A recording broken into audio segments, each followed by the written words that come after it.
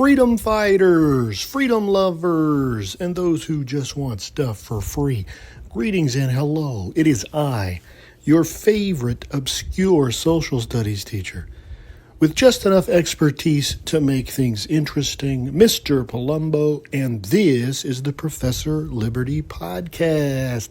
Thanks for tuning in, folks. You know I always appreciate it. The tens and tens of you faithful followers across the fruited plain and even into the 7 seas beyond. I say that because we're going to be talking about pirates today. Arr.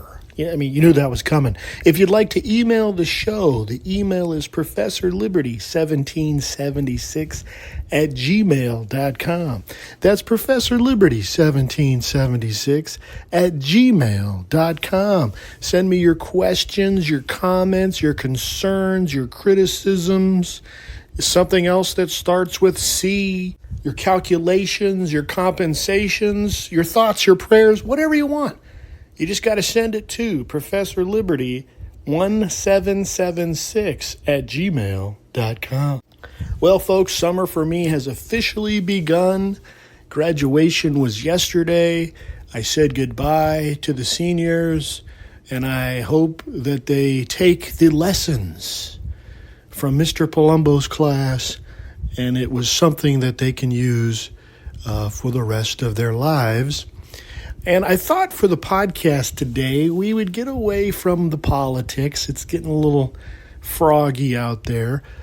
Some of the Trumpsters are mad at me. They think I'm a liberal because I'm not towing the party line. But if you know me, you know I don't do that here.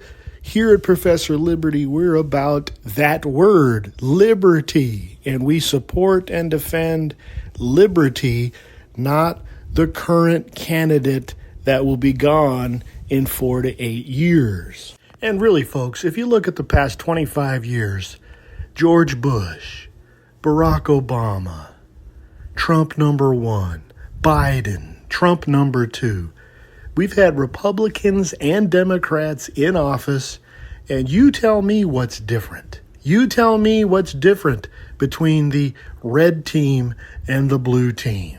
Is there really anything different? Maybe on the edges, maybe around the edges there's some difference. If you vote Republican, you will get no abortions, but you'll get foreign wars. And if you vote for the Democrats, you'll get trans rights, but you'll get foreign wars. So does it really matter, ladies and gentlemen, boys and girls? So we're going to lay all that aside, and we are going to do an episode on pirates. And I've got a lot of good material, enough for a 2-show series. So today's show is called Markets, Empire, and the Rise of Piracy. And we're going to talk about the economic reasons, the economic factors that brought about piracy during the 17th century. And then episode 2 will be more about pirate life. What was it like on the ships? What was the leadership structure like? What did they do with all the booty, with all the plunder that they got? And we'll talk more about that in episode 2. So let's imagine, okay, let's put on our imaginary hats, boys and girls. Put on your imaginary hat. Look through the looking glass. I think there was a show when I was a kid where this lady, it's kind of creepy, but she was like, look through the glass and I see Johnny and I see Sally. What the heck was I watching? Anyway, let's pretend for a moment, okay? So close your eyes. Hear the ocean. Hear the seagulls. Feel the breeze. Let's imagine you're on a merchant ship in the Caribbean. It's somewhere between 1630 and 1750, which would later be the era known as the Golden Age of Piracy. Below deck, you're carrying sugar, or maybe silver, or maybe textiles. And in theory, you should be safe. You're far away from your European rivals on land. And then, high in the rigging, out into the horizon, a lookout sees something. There's a pause. And then a shout comes from above. Sail ho! Off larboard bow! On deck, the officer of the watch turns immediately into that direction, and all eyes that are trained to scan the ocean waves are also looking intently out into the same empty edge of sea. And there it is, a mast. But it could be just an ordinary ship. But it doesn't act like an ordinary ship. It's closing its distance too fast. It does not respond to signals. It does not identify itself. In a matter of minutes, everyone on board this merchant vessel understands what it is. It's not a competitor. It's not a Navy escort. It is something outside the system entirely.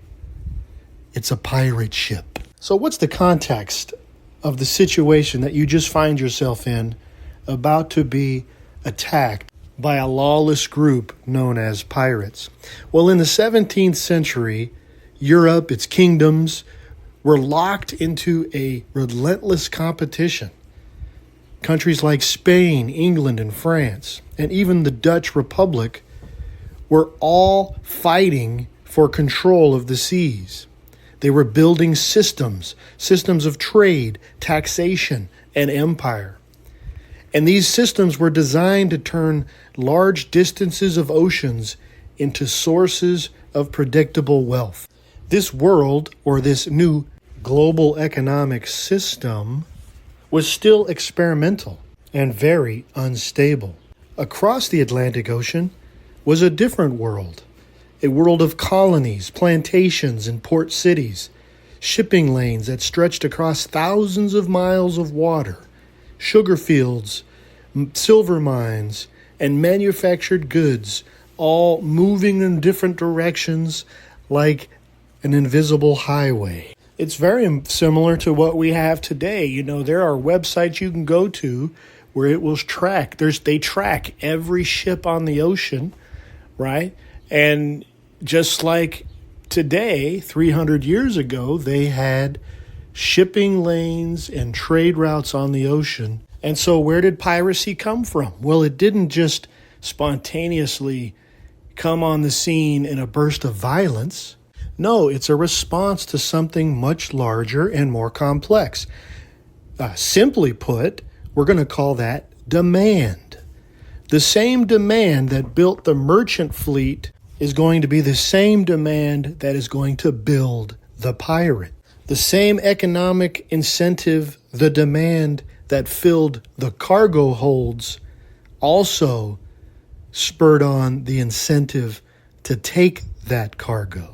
We could think about this very easily, how this might have started.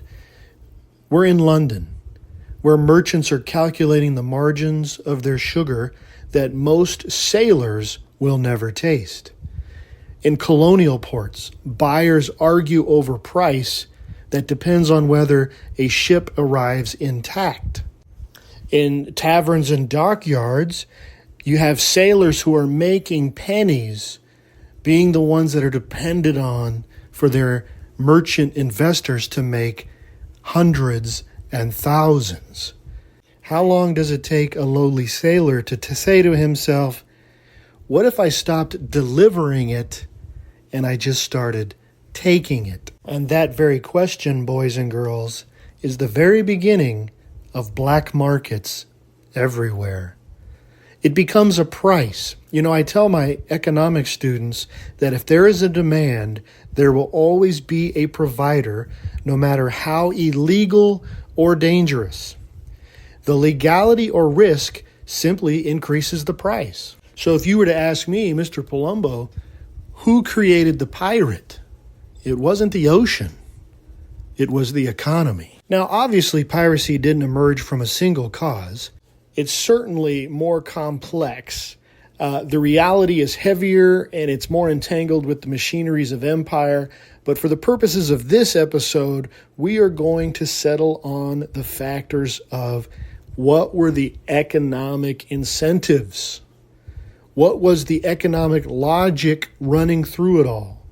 The movement of sugar and silver and textiles across thousands of miles of oceans, the way value becomes mobile once it leaves the port, and how it becoming mobile means it becomes exposed. And remember earlier when I said that these trade routes were kind of like invisible highways. Well, a highway is predictable, right? They had their maps, they had their charts, so the trade lanes were pretty much the same, which means they were predictable. Well, where you get predictability, you also get opportunity. Now, on paper, the system that the empires tried to create to protect their profitability seemed increasingly structured and ordered. Trade routes were mapped and defended, ports were licensed and regulated, and goods were taxed. Entire legal frameworks emerged to define who could trade, where they could trade, and under what conditions goods could move across the sea. What the European empires were trying to do was they were trying to transform the ocean itself into infrastructure, something that could be organized, secured, and made productive over vast distances. As Sir Walter Raleigh once wrote, quote, "An empire of the sea alone can make an empire of the world," unquote. I think that quote is true. All you have to do is look at Great Britain. Now, of course, this was a very ambitious idea, but anybody who's been on the ocean knows that you can't treat it like infrastructure. At sea, communications break down. Weather delays movements. Ships disappear across the horizon. And yet the European powers contributed enormous amounts of resources into this system that they tried to build. Why? Because the potential rewards were simply too large to ignore. And like I said earlier, demand is the reason for it all. Demand for cheaper goods than monopolies could sustain. Demand for faster returns than regulated trade could deliver. Demand for labor in plantation economies expanding faster than legal supply chains could support. All of this is going to lead to black markets, smuggling, and breaking the rules. And it wasn't just pirates doing this. Merchants began to bend the rules quietly in order to get an edge on their competitors. Port officials would look the other way and accept payment to keep ships moving. Colonial governors tolerated illegal trade because in many cases their own economies depended on it. And on top of that, you have to think of the imperial systems themselves. This isn't just Spain doing this. This isn't just Britain doing this. This isn't just France doing this. They're all pulling from the same oceans. They're all trying to get the same resources, and they're all using the same trade route. And this is where piracy begins to take shape. Like bandits on a road, pirates knew the geography of the Caribbean and the Atlantic. They knew where the ships had to pass, narrow channels, wind-restricted approaches to ports, edges of island chains. They knew where to wait, hidden coves, low-lying islands, shallow waters. But the first moments of contact were rarely an immediate attack. Normally, it would begin with an identification and hesitation. A strange sail appears on the horizon, like our story earlier. Now, because ships themselves are valuable, pirates want to gauge what kind of prize this unidentified ship might bring. And signals also played a key role. Pirates would often fly false flags to delay recognition, to get close enough for a strike. The goal was to not announce who you really were, but to get in close enough and spring your trap. You know, today when you hear the term false flag, it means a deception on a larger scale, right? And this is kind of where we get that terminology. Once close enough, tactics shifted quickly. The target would be approached from a favorable angle, often from astern or the quarter. Maneuverability was limited. Boarding was a decisive movement. Grappling hooks, strong arms, and coordinated movement across decks turned a commercial vessel into contested space very quickly. Once a ship was taken, the violence was usually very short and decisive. Remember, the goal is to capture, not to destroy. A capture at sea means very practical decisions happening very quickly. The first thing they had to do was figure out what to do with the defeated crew. They were disarmed, gathered, and kept under watch, most of the time on deck, sometimes below, depending on the condition of the ship. After that comes classification. Who is useful? Who is dangerous? Who is neither? Skilled sailors might be forced to work the captured vessel. Officers might be separated and guarded more closely. Others are simply contained until other decisions can be made. And then there's the question of the ship itself. A captured vessel is never just a prize. It's an asset that has to be assessed under pressure. Is it seaworthy? Has it taken damage? Are there enough pirates to operate both ships? And then comes the cargo. Holds were opened, cargo was urgently examined, and pirates quickly had to determine the value of what they just captured. Now, for pirates, value comes down to really one thing. How easily could it be sold or transferred into another system for exchange? So, for example, some cargoes kept, some was redistributed between the ships, and some of the cargo, frankly, was discarded, thrown overboard. You see, under the imperial system, value was determined on predictability. But in the pirate economy, value is determined not by projected value, but immediate value. There's no waiting for arrival. There's no ledger entry in a distant capital. There's no patience for deferred profit. Value exists to the pirate only as a physically present right now. What can be carried, what can be divided, what can be sold, and what can be reused. And that value hierarchy looked something like this. At the top of the list of value for a pirate was precious metals, gold, and especially silver. And this was because of one simple reason. It collapsed all the problems of piracy into one object. We didn't need to store it. It doesn't spoil. It doesn't require a market network to convert it into something else. With money, you simply divide it among the crew and you have your plunder. The next most valuable thing to the pirate was high-value, low-volume luxury goods. So think things like silk, fine cloth, indigo, spices, and other colonial or Asian commodities moving through the imperial trade system. These were valuable, but they were slightly more complicated because they required buyers. So these are items you are going to have to hold on to, store, keep safe, make sure they don't get damaged, and it's going to take time to find a proper market for these items. And finally, the third most valuable thing would be like arms, naval, industrial goods, cannons, gunpowder, things that you can use immediately, right? Muskets, rope, sails.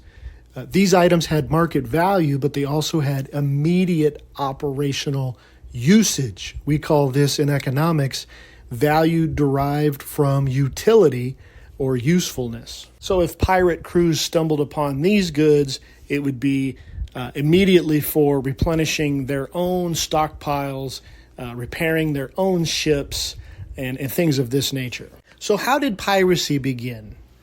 Well, at sea, we've already noted that movement always carries some uncertainty. There's no fixed ground. There's no permanent enclosure. There's no guarantee that what leaves one port is going to arrive intact in another. And I also showed that entire systems, merchant fleets, imperial efforts, insurance markets, regulations all existed to try to reduce this risk.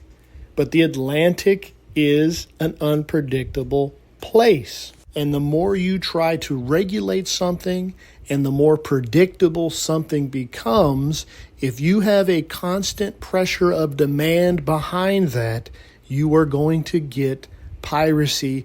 You are going to get black markets. The pirates operated in the same circulation of goods and demand, except they didn't have the legal protection and they didn't have to worry about the costs of compliance. So this is kind of like when you go to the football game and someone's selling a Raiders shirt or a Packers shirt right outside the stadium, and he's only selling it for $25 because it's a, quote, pirated shirt, right? It's a knockoff. But then when you go into the stadium where it's regulated, that same shirt is $30, $40, $50, and so on. So in this episode, we talked about trade across the Atlantic and how it wasn't sporadic, isolated voyages. It moved in trading routes. It moved in patterns. And we talked about how the imperial powers tried to control and monopolize and, yes, protect these trade routes. But none of this removes the basic problem that the ocean is too large to fully cover. Ships fall out of formation, they miss convoys, they travel alone through stretches of water where there's no escort, and economically, pirates who were responding to the same profit motive as the merchants and the monarch took advantage of a system where they could find the weak point. Pirates weren't bloodthirsty maniacs. They were entrepreneurs working outside the legal system. In the next episode, we're going to look at the pirates themselves. What was life like on a pirate ship? Who was captain? How did they choose one? How did they divide up the booty? And I think what you will learn is, unlike the popular misconception, pirates weren't unorganized. As Peter Leeson says, quote, pirates govern themselves without a government. Here at Professor Liberty, we seek to educate, inspire, and restore. If you like this podcast, please go to Apple iTunes and give me a 5-star rating. You can also do me better by giving me a written review that pushes the algorithm further out into the ether. You can always go to Facebook and follow us there. You can go to X where it's a little more spicy. If you're a teacher or a homeschool parent, go to teacherpayteachers.com and you can look at my activities and worksheets and lessons that you can use in your own classroom or homeschool environment. Next episode, Life of a Pirate. I hope to see you there. Until next time, go throughout the land and proclaim liberty.